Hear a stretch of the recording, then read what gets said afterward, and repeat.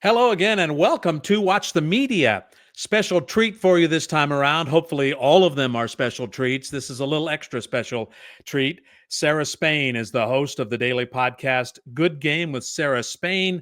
Still, really, the only national show that talks about women's sports every day. She's a writer at ESPNw. She's authored a book titled Runs in the Family and is a very good source to talk about a lot of things that are going on in the sports world and in sports media, especially as it pertains to women in sports. But you certainly can talk about anything and everything in the business. I hope you enjoy this conversation. Sarah Spain is the host, entrepreneur, big cheese of Good Game with Sarah Spain on iHeart and Apple and other places, and celebrating about a year or so doing that. And thank you so much for your time. I appreciate it. Thanks for having me. Absolutely. Let's start with that. The daily podcast grind. And I don't mean to say grind pejoratively, but I'm sure it can be sometimes. What is the daily? What is the groove of doing this every day? Yeah, it's interesting because I did daily radio, national radio for 13 years. Some of that was local, but radio of some kind for 13 years. And the thing about that is the red light is on, and that's when you're recording. You do all the prep you're going to do, and then whatever you pre-tape, and then that's it. You're on the air. Whereas a podcast can always be tinkered with. You can always schedule a new guest. You can always find a new piece of information. You can always go in and edit something or add breaking news right up until the moment you publish. So it is a grind, but worth it. And one of the reasons I kind of wanted out of nightly national radio was it felt very ephemeral, especially because there are a million shows talking about men's sports every single day. And we are the one and only, first, as far as we know, daily women's sports show of any kind, whether on television, podcast, radio. There aren't even websites that update the news of women's sports every single day. And so it's a lot of work, but we take it on for a reason. And we hear such incredible feedback from folks that even if they can't listen to the full episode every day, they always want to catch the beginning where we do the need to know, because it's really the only place that's going to tell you the scores, the trades, the news, the brand deals, all the other stuff in the women's sports ecosystem. So it's a lot of work, but it's worth it. What are the challenges and the benefits of being the only show that does this on a national basis? Well, there's certainly a lot less out there on women's sports in general. So you're pulling from a lot fewer places when it comes to finding the content, getting details on games, stats, all the other things. But it also is a little less pressure because we're not competing to be the best at giving you the same information everybody else is giving you. We are giving you information most other places are not. So we're telling you about the AUSL and Love Volleyball and the PWHL, NWSL, WNBA, WTA. Those are a lot of acronyms. Those are all leagues in which women play professional sports. And because we understand that a lot of them are really nascent, a couple of those started within the last year or two, we have a range of folks listening who might have never heard of it to people who are watching all the games and really dying for somewhere to talk about them. So we try to make sure we use the full names of all the players and coaches, the full names of the leagues, give people enough context, kind of remind people what teams people play for or the history of where they came from before, so that they have access to the conversation that we're having. And so I think the challenge is mainly that we are the ones aggregating things from every single individual league site and occasional media coverage, as opposed to with men's sports, you've got outlets like SportsCenter or ESPN that will already be doing that work of telling you what the biggest stories are. We are the ones who have to decide what they are and tell all of y'all that we've curated it for you. We know that competition is really one of the great things that drives us and provides energy. And would you like some more people in It's this coming. space? Yeah, I know it's coming. yeah. Yeah, I mean, there's so many more shows than ever Mhm. before. There's so many more former athletes getting into the game. And one of the things that we want to do at Good Game, because our ethos is the more the merrier, the more coverage, the better, the more options you have to choose from to get the content that you love, the more likely you are to get interested and care about women's sports, watch more games, buy more merch, invest in the product. So we shout out other shows. we tell people to go listen to another podcast that we love. We use clips from somewhere else and say, go listen to that conversation. It was really great. None of them are dailies, and none of them are generalist shows about all things women's sports. They're usually specific to the sport the former player played, or specific to a sport that the writers write about. So there's no direct competition. I'm sure there will be. Bring it on. I've been at this for a long time. I think I have a pretty good idea of how to bring together and curate information. And I have to say, if you want to do it at the level we're doing at, you better bring your journalism skills, because we are making sure we pronounce every name right. We are going into the history books to tell you that when a record is broken, here's the record they broke. Here's the person who said it. Here's the time that they played in. And we're giving you so much more context than a lot of other shows or a lot of other folks are interested in. So, come for us. If you come for the queen, you best not miss, I guess, is a Wire paraphrasing. But also, I would love more shows for me to listen to and enjoy. You've provided me a segue. I was going to ask this a bit later, but one of the things that I work on is podcasting as journalism. And it's easy enough to turn on the cameras and talk and just shoot the breeze for an hour. We say that a lot. Hour and 15, right? And not very many of them last very long, because it's just but the challenge is doing this well, being honest, being vetting the information. It's doing journalism, right? Yep. Doing journalism. And that's your purpose here, is to do journalism. Yeah, that's my background. I am a journalist who is entertaining, is what I say. Some people are entertainers and they don't see themselves as journalists. And then some people choose and want that, right? That's the kind of information they want, or the kind of delivery that they want. For me, it matters a great deal, particularly in this space, to be journalistically accurate and to give people a really good, solid, vetted product, because it is more rare. What I've found, especially in the past, it's getting better now because there is more of an influx of investment from outlets. But as soon as someone got pretty good at women's sports, they would pull them over to the men's side. You start out covering women's college basketball or WNBA, you show an affinity for it, suddenly you're on NBA shows instead, and we lose you in the women's space. And there's a lot of really passionate people covering women's sports, but they aren't always journalists. They don't always have any funding. And so the quality of the product sometimes hasn't been great. And so we really want to make sure that there's a show that feels as invested in the value of the product as something like a Sports Center or another show that you might follow. And I have two fantastic producers, Alex Azzi and Misha Jones. Misha is very into the basketball scene, so they bring all the stuff that we need on that front, and they're young and keeping us hip and keeping us right on all the basketball stuff and some other stuff as well. And Alex has been working in the Olympics side forever and was the editor of a vertical at NBC that was all women's sports, and so they both also approach it with an incredible passion for getting it right.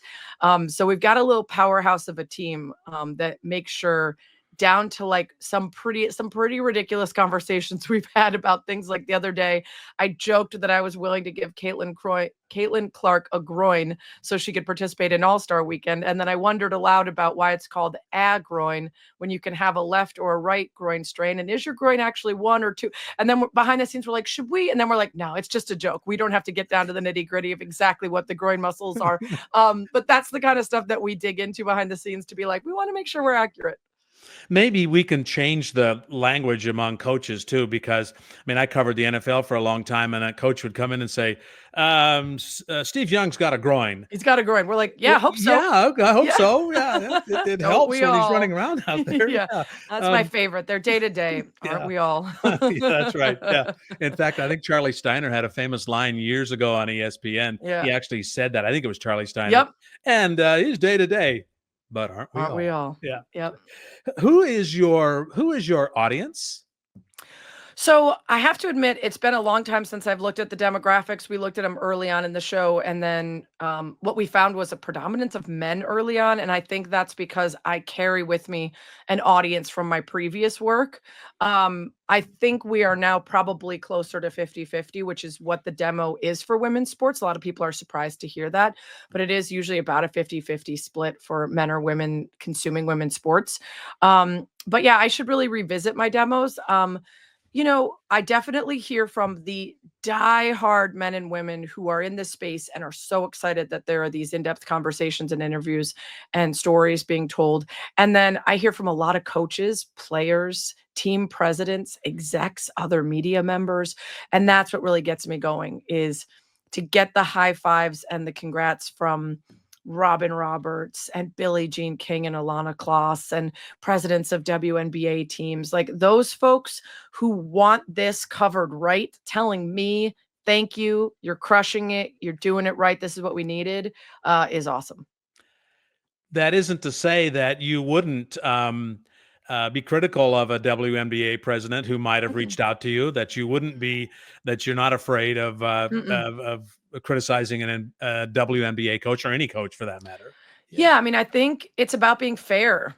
And Mhm. I think that's one other thing in the women's sports space is for so long it felt like we had to be cheerleaders because the well was so poisoned. And so to offset the nobody cares, women shouldn't play sports, make me a sandwich garbage, it felt like you had to over index on positive coverage, sometimes at the expense of making it interesting. And now we are able to allow for villains and heroes and funny and serious and um, criticizing players when they're not playing well, criticizing coaches when they're not making the right moves and doing it in a way that's fair. One thing I'm unfortunately seeing is on the WNBA side, the massive influx of popularity over the last couple of years and the pitting of Caitlin Clark versus Angel Reese, which started as a real rivalry that's fun in sports and turned into a race war with both players being used as avatars to argue for things for which they do not stand and have never said. It has degraded into a space that too often the media that is producing content is doing it in a non-journalistic way, but they're the loudest voices. And then that's what the audience sees first. And then they believe, and it creates these ongoing narratives that are really problematic and destructive to the league's growth and to the players and dangerous to them, in fact. And so I think we're back to that point of how do we critically and fairly cover these women in this league without adding to another massive influx of um, what is deeply embedded misogyny and homophobia and racism.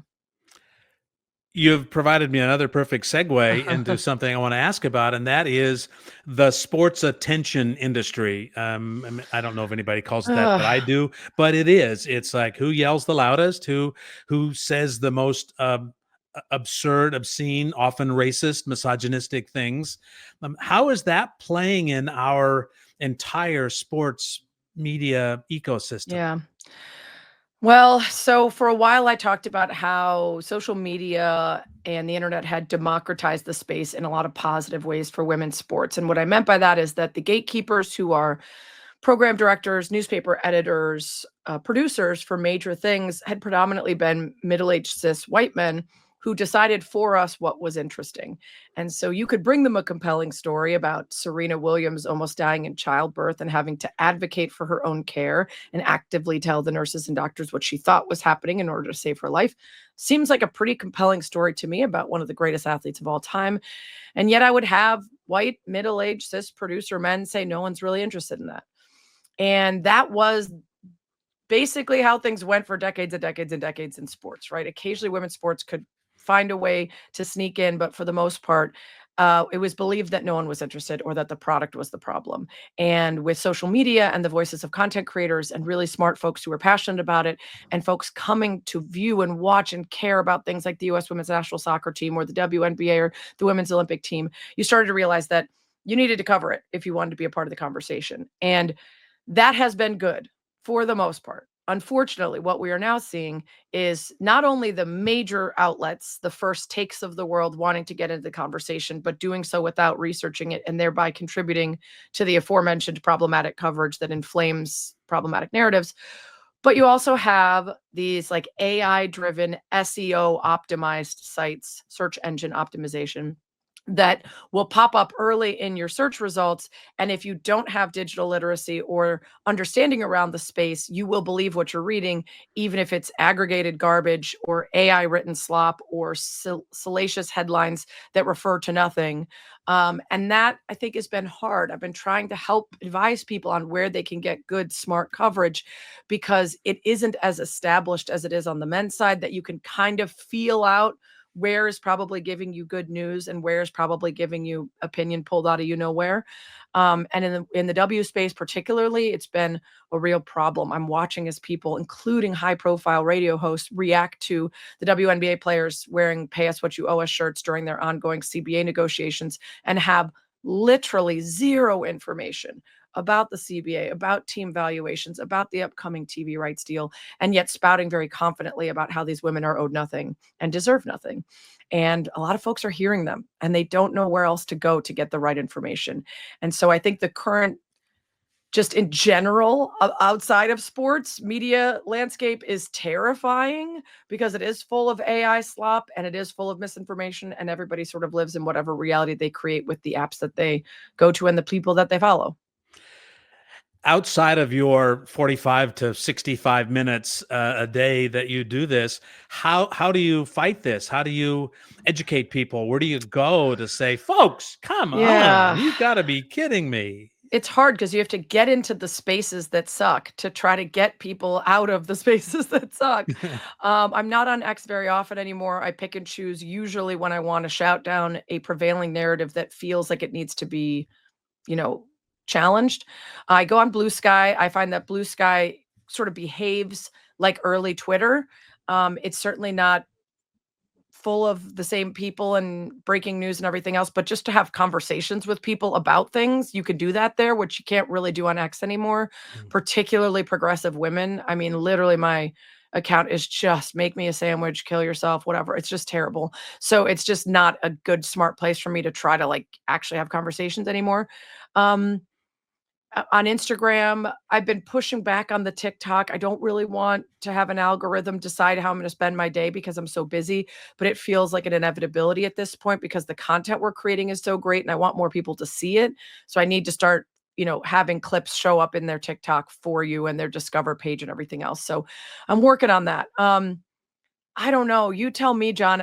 I'm genuinely scared about what I'm seeing in the early returns on folks who are using Chat GPT and how it's affecting their critical thinking skills, how it's literally affecting the development of brains of young people.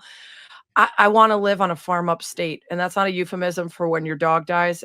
Although, like at this point, I would like to sort of like get off the grid and essentially be dead to the world because I'm so terrified about how moronic everyone's going to be if they stop using their brains. Yeah, and people don't even realize, and that's scary too. You talked about digital literacy there, media literacy. Lots of ways to say, folks, you are part of this system. You have a responsibility, Yes. and we talk about this in journalism school all the time, and in journalism outlets everywhere. Is that the audience has a responsibility in this thing we call democracy, this thing Yeah. we call a society. Everyone And- has a megaphone basically now, and they yeah, don't think of themselves as a creator, but every time you share something right. that's wrong and post something and add something and people see it and don't know any better, you're adding to it. Yeah, really are.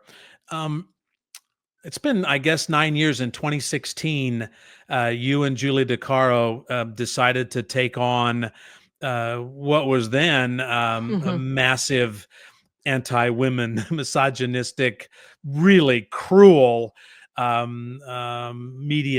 social media space in hashtag more than mean. You have millions of people have viewed it. You were honored with a Peabody for the work you did. Um, can you tell me what that meant to you then and what it has meant in the years since? Yeah, I wanna shout out Brad Burke, who actually came up with that concept. Around that time, there were these think pieces going around about there have been for a long time think pieces about the treatment that women in sports media and male-dominated industries get, but in particular, women in sports had been writing and talking about the harassment and the degrading comments for years, but he thought, when people write those, people read them and share them for a couple days, and it doesn't have any real visceral effect, so he wanted to create this more than mean viral video that, would essentially be like a mean tweets segment from Jimmy Kimmel, except for with actual tweets that the guys there didn't write. They are saying face to face, reading things that Julie and I had both received online and sort of reacting to it. And I think the thing that stood out most to people was how stoic Julie and I were. And it wasn't a direction, it wasn't a plan. It was just the way we feel about these things after literally decades of digesting and receiving them every day. We're sort of like, yep. And the guys were very emotional. The guys didn't know what they were going to be reading in advance and having to look us in the eye and say, I hope your dog gets hit by a car. I hope your boyfriend beats you. Or in the case of Julie, who has talked openly about being sexually assaulted, saying, do you tell people about your rape so people would believe that anyone would want to have sex with you? I hope you get raped again. Like, just the most awful things you can say to people. And these guys were very emotional. I think that's what people reacted to. But we had no idea it was going to spread the way it did. In fact, we recorded it 2 weeks before my wedding, and I had put myself on a brief hiatus from anything outside work. But when Brad approached me about it, I thought, I really like this idea, and this is something I stand behind talking about. So if you promise it won't be more than a 2-hour shoot, I'll come and do it. And then, of course, it blew up so big that I was planning for my wedding while I had, Inside Edition in the lobby of my building, and I was going on NPR, and it was getting retweeted by Chris Kardashian and Jared Leto and everybody else. So, yeah, so it meant something at the time that people really felt it differently when they saw that video as opposed to just reading a story. And there was some change that happened as a result. It was around the same time that Leslie Jones of SNL was talking about the harassment she received. A New York Times writer who was Jewish was talking about the anti-Semitism that he received. So Twitter did at the time try to put into place some new policies and protections for folks, some blocked words kind of things and some mute kind of actions. And someone I know that was on the Twitter board really took it to heart and tried to have conversations. I don't think you can fix humanity's flaws. I don't think you can fix social media's flaws, but I think continuing to have the conversation is good. So while it is not anywhere close to fixed now, it still means a lot to me that I hear people use it in their classes and in spaces to help people kind of be reminded that there's someone on the other side of that screen that you're typing on, and you have no idea what's going on with them.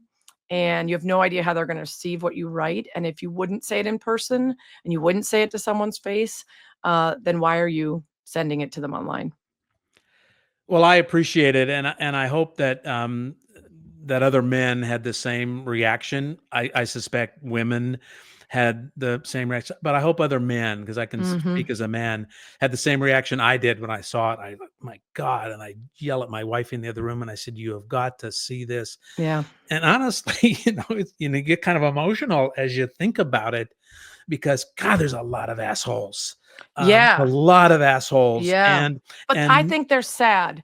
And yeah. honestly, that's what I tell people when they ask me about my interactions. I say, I usually have pity for them and empathy more so than anger, because if you are satisfied and happy in your own life, you want other people to be satisfied and happy. You want to uplift other people. You want to make other people feel the same joy you do. And when you're sad and dissatisfied is when you waste your one wild and precious life attacking strangers on the internet, attacking women. And it's sad that those mindsets are out there, but I do often literally respond to people, it feels like you must be going through something if you sent me that. So I hope it gets better. And I mean it, because I don't want people roaming the earth unhealed and therefore causing anger for other people. That's what they always say, hurt people Mhm. hurt people. So I tend to feel sad for them. Yeah, and I feel like we're at a time now when, and this isn't intended to be political, but it is in some respects, that we're at a time now when, it's been made okay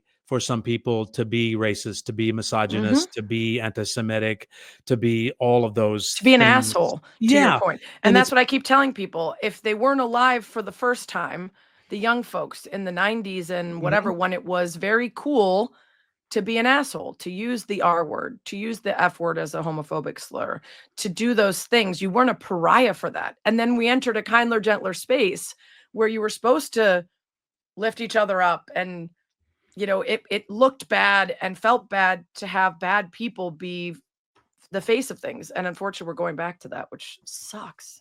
yeah.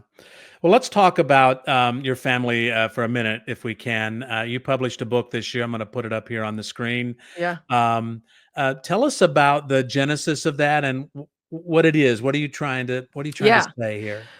Yeah, so it's interesting that you say my family because the book's not about my family, but it ultimately is about all families. And that was Okay. the goal in writing it, was to tell the story of Raiders running backs coach Deland McCullough, who just took that job, was previously at USC, the Kansas City Chiefs, Indiana, Notre Dame, all these places.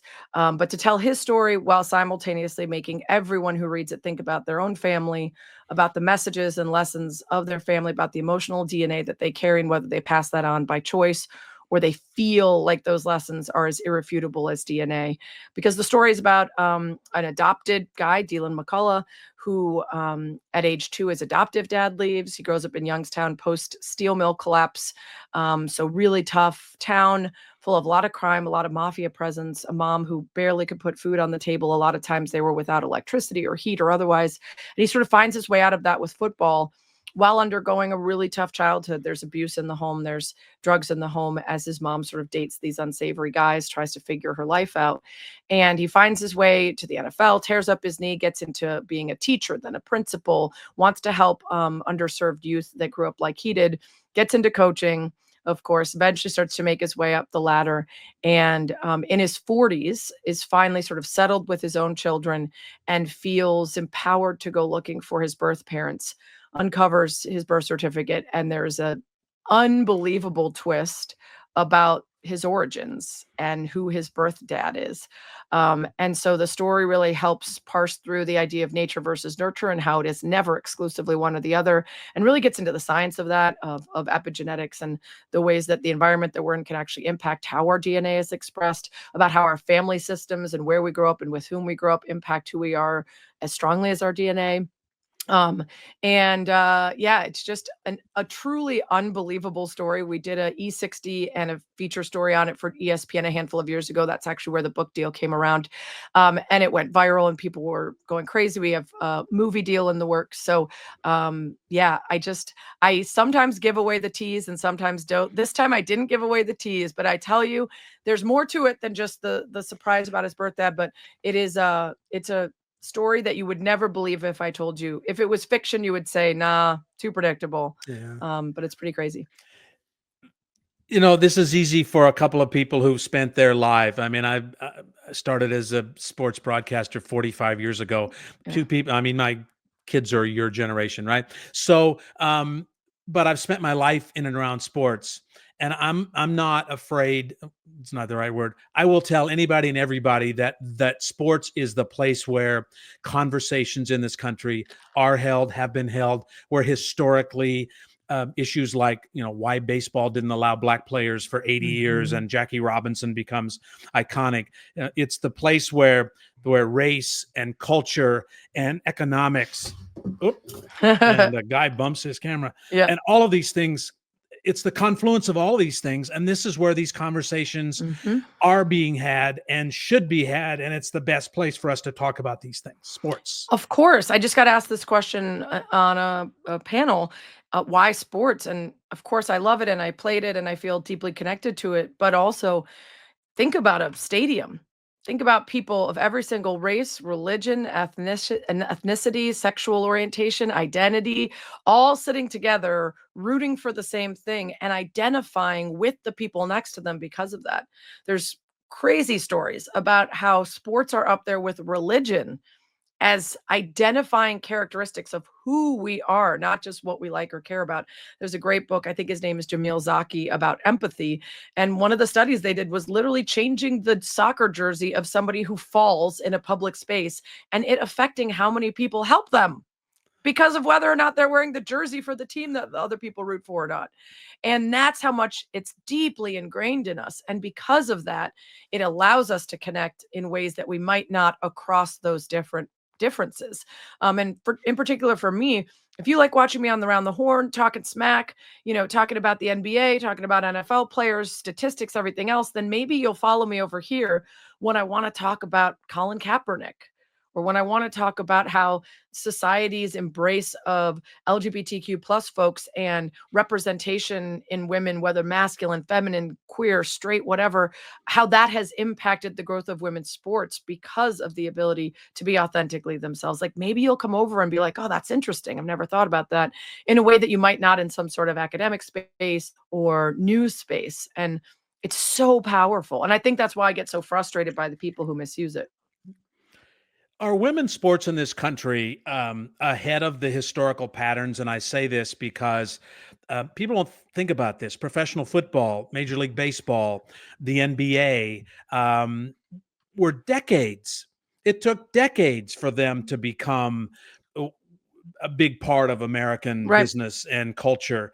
Are women's sports now ahead of that pattern a little bit? I think it's tough to say because it's not an apples to apples, right? Women's sports are getting to be embraced at a time when there is streaming, where there's more opportunity for more games to be viewed because they're not competing for linear television space, where there's social media, where there's marketing, so some of the things that have been opened up by the size and scope and popularity of men's sports do help uplift women's sports. On the other hand, and most importantly, women's sports are still trying to thrive in a patriarchy that has, over the last 100+ years, held them back with intention. And I say with intention because a lot of people think the product is to blame for when it hasn't been as popular in the past. And they are shocked when I tell them that, for instance, in England, there was a extremely popular women's pro soccer match right before a men's. The women outdrew the men. The men got mad and they banned women's professional soccer in England for 70 years.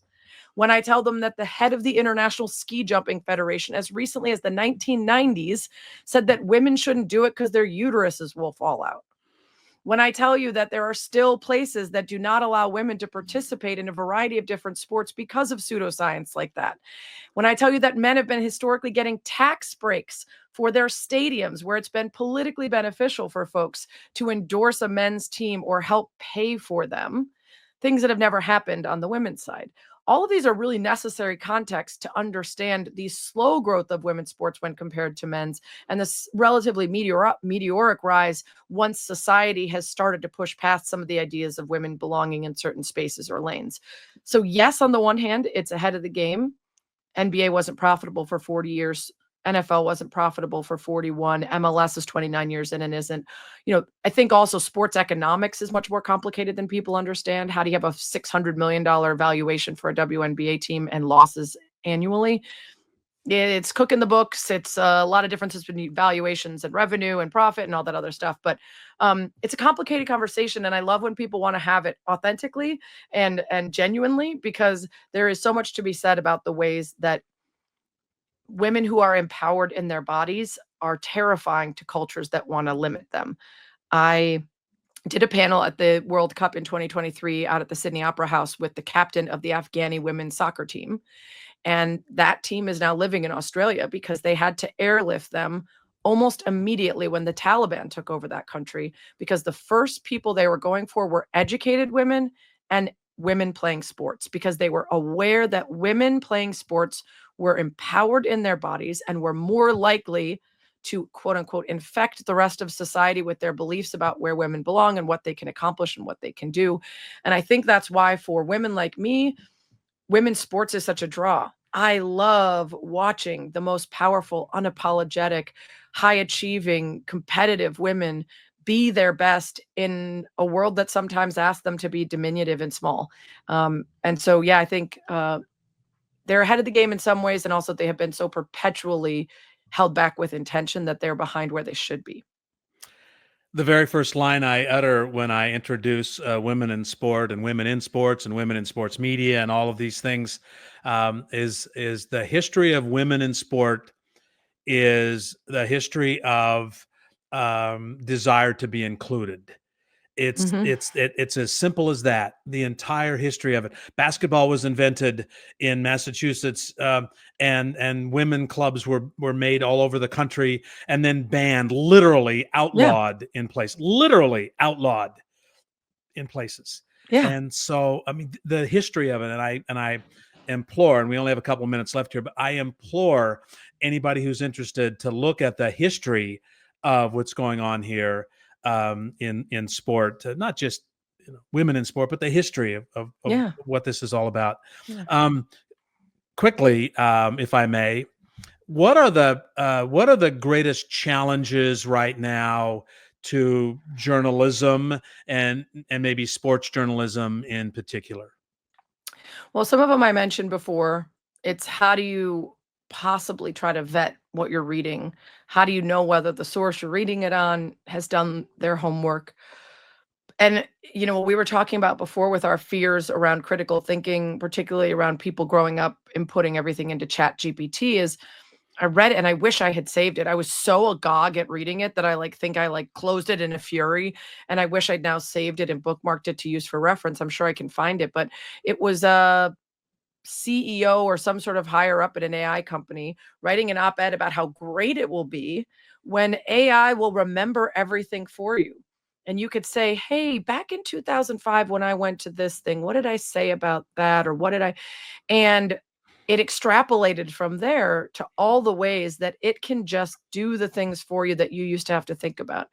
And when I thought about why corporations would be so on board with this, I thought about how easy it is to infect AI with intentional, often misleading language, news, messages. We saw recently when Elon Musk said his AI Grok was going to be less PC and more honest, and then it immediately became an anti-Semitic, soft-core porn spouting asshole.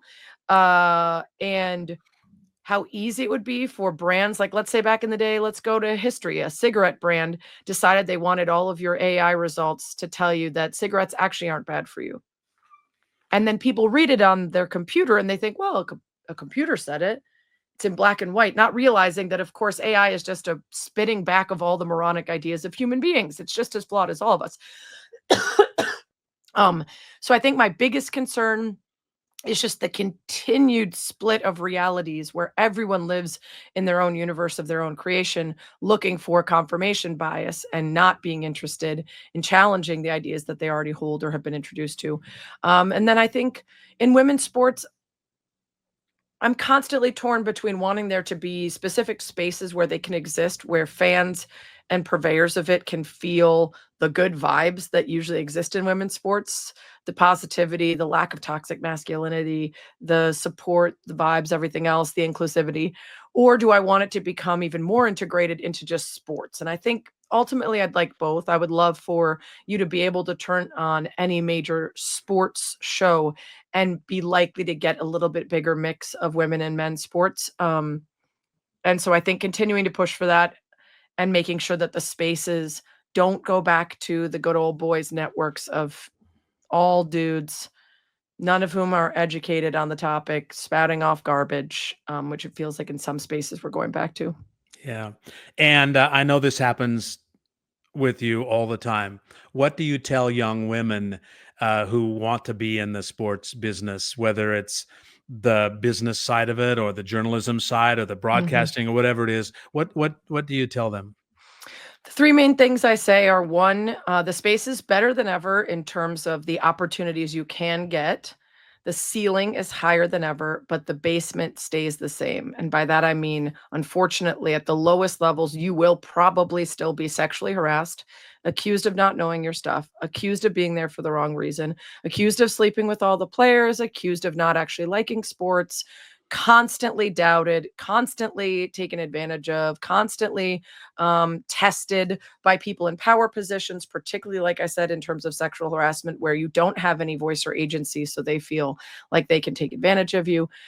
So the ceiling is you could be an owner, a GM, a play-by-play, a color commentator, almost anything at this point. But you got to get through the slog at the beginning, which sucks, which leads me to my second part, which is you have to have a thick skin.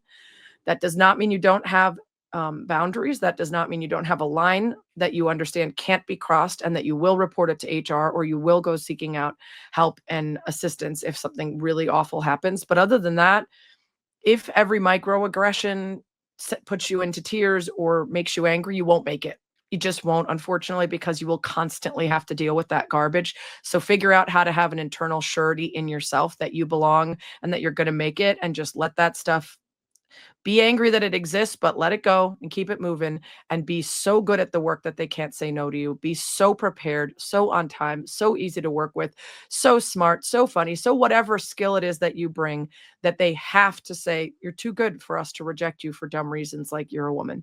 And then the third one I would say is related to the last, which is it is such a competitive space. Find out what you bring that no one else has. Are you great at statistics or long form interviews? Are you funny? Are you an expert in this sport? And really try to lead with that so you can set yourself apart from everybody else, particularly because people will try to pigeonhole you as a woman. So try to make sure that they get that you're there for the right reasons and you're going to work hard. Well, thank you for that, and thank you for the time you spent with us. Sarah Spain is the host of Good Game with Sarah Spain. Celebrate a little over a year, I guess you've been doing Yeah. this now. And the book is Runs in the Family, writes for ESPNw, and probably does a little bit of something to, get some free time somewhere there. I'm not sure, Every but once in a while. every once in a while. And thank you again so much. I appreciate it. Yeah, I enjoyed it. Thanks for having me. And you've informed us and entertained us. Good. And that's the name of the game, right? Yeah. Sarah Spain has been with us, and we appreciate it. We talked about the book and the daily podcast and writing for ESPNw. And hope you've enjoyed this conversation and that it's been enlightening, and that you'll join us again next time as we bring you another, hopefully always interesting person right here on Watch the Media.